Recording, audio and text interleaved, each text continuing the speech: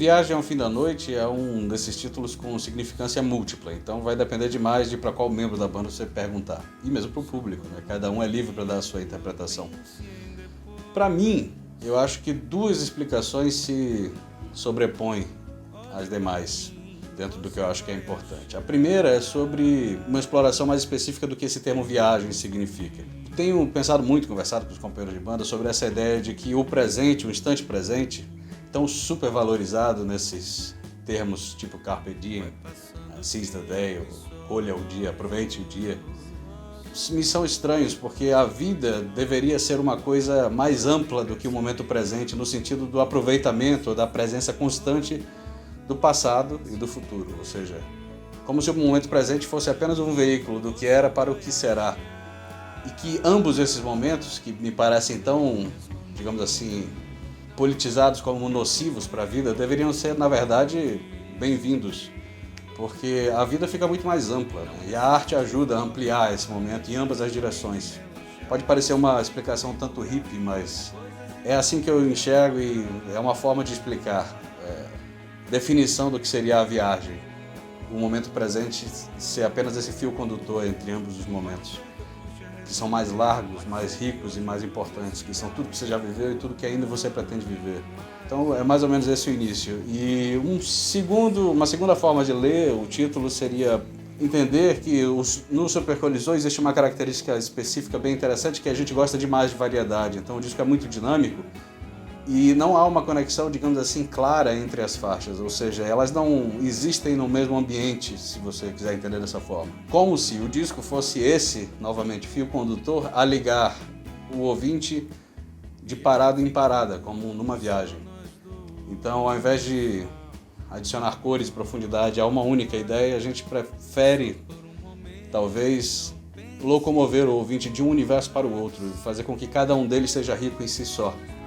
Então, isso amplia esse conceito de que ouvir esse disco específico é uma viagem ao fim dessa noite, da noite do escuro da vida, onde nada é tão claro, as boas e as más notícias se confundem, a gente não consegue ler direito a vida como ela é ou entender o mundo com clareza.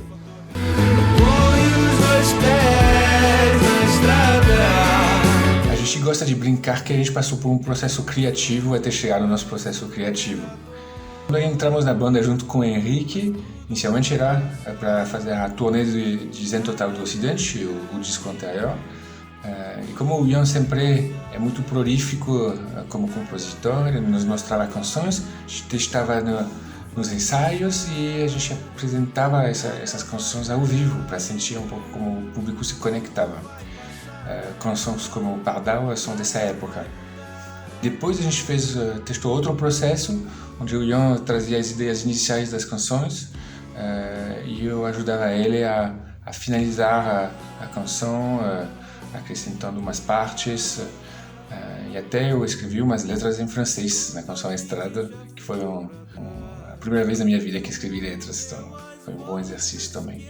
Mas depois que a gente chegou no repertório, entramos na fase de produção mesmo, articulamos com vários parceiros, o Maurício Pereira, Túlio, Léo Fressato, Victor Meia, vários músicos que nos ajudaram para acrescentar timbres no resultado final. E depois a gente trabalhou na finalização, que como sempre é o que demora mais. E a gente tem na banda uma atenção aos detalhes muito grande. A gente entende que é importante nessa época onde é muito fast food e coisas descartáveis. E a gente gosta de colocar o esforço e a atenção nos detalhes para que o nosso público possa escutar várias vezes e sempre descobrir coisas para escutar, e que a gente espera que esse disco continue relevante daqui a 5, 10, 20 anos. Em termos de narrativa, o que nos norteou ao longo do disco foi, primeiramente, a importância da poesia, da lírica e da voz do Ian, que a gente sempre gosta de colocar no centro das canções. Por mais que a gente acrescente muitos timbres, muitas camadas de orquestração, a gente tenta sempre deixar em primeiro plano esses elementos, então a voz e a poesia, as letras. O segundo é, por sermos uma banda brasileira, no país que é, com certeza, o país mais musical do mundo, a gente se deve de procurar uma certa riqueza melódica, harmônica e rítmica. Não te preocupa, não. Posso dizer de cara que não há outra temática que o permeia especificamente a não ser essa do deslocamento, da viagem. Bom, eu vou tentar descrever aqui o que seria, digamos assim, uma primeira leitura de superfície dentro de cada canção, deixando claro que, evidentemente, existem mais camadas do que eu seria capaz de traduzir aqui numa fala rápida. Nada é melhor. É uma canção sobre amadurecer. 1,5. É uma canção sobre, digamos assim, a semifusão de duas almas, não no sentido religioso, mas no sentido do espírito, da personalidade, de pessoas que se amam e que se sentem conectadas por conta disso, como se cada um tivesse uma metade do outro. Torto é uma canção sobre o encontro, talvez sobre substâncias, casual, a arte da sedução, digamos assim, e nas felizes consequências que isso pode tomar, mesmo que aparentemente superficiais, na verdade, com o tempo profundas. Pardal é uma espécie de um grito existencial, também de certa forma romântico, disfarçado de canção fofa nos versos. Estrada seria uma canção sobre, digamos assim, um espírito estrangeirismo do deslocamento, essa necessidade de mudar para se sentir vivo e também da inevitável fatalidade de deixar coisas para trás à medida que se move durante a vida. Incêndios eu já entendo como uma canção que talvez comente um pouco a respeito do momento conturbado de relações interpessoais num país tão dividido quanto o Brasil. Não só o Brasil, mas especialmente onde a gente vive. E da necessidade de alguma flexibilidade para um convívio. Uma flexibilidade como a da chama de um fogo, né?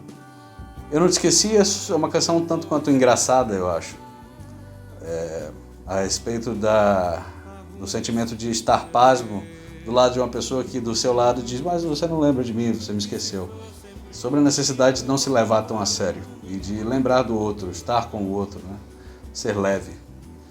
Torto Reprise, a letra, acho que o Maurício Pereira poderia explicar melhor, foi ele que escreveu, mas a minha leitura é de que é uma canção a respeito de um segundo passo de Torto, que é depois desse primeiro momento de euforia e de prazer intenso, um segundo momento de incompatibilidade de gênios, para citar já o João Bosco aqui, né? E Viagem ao Fim da Noite é quase que uma narrativa, como se fosse uma narrativa de filme mesmo, de um personagem, digamos assim, que levanta amanhã, anda pelo dia no seu trabalho, na sua vida normal, vendo o movimento do sol, até chegar a um escuro intenso, onde todos os significados parecem se dispersar na paisagem, e ainda assim ele fica de pé em busca ainda de uma luz na vida, até ver essa justamente luz, pode ser do dia, pode ser de outra coisa, renascer, né, dentro de si. Como vocês viram, é um pouco difícil de legendar assim, né, as canções dessa forma. Eu prefiro sempre deixar aqui a leitura... Afinal, a canção não significa nada quando ela sai da minha cabeça, ela tem que significar quando chega na cabeça de alguém, né? E essa é a leitura correta, afinal. Mas, bom, é uma forma, talvez, de começar a legendar um pouquinho as várias camadas de leitura possíveis para o disco e para as canções.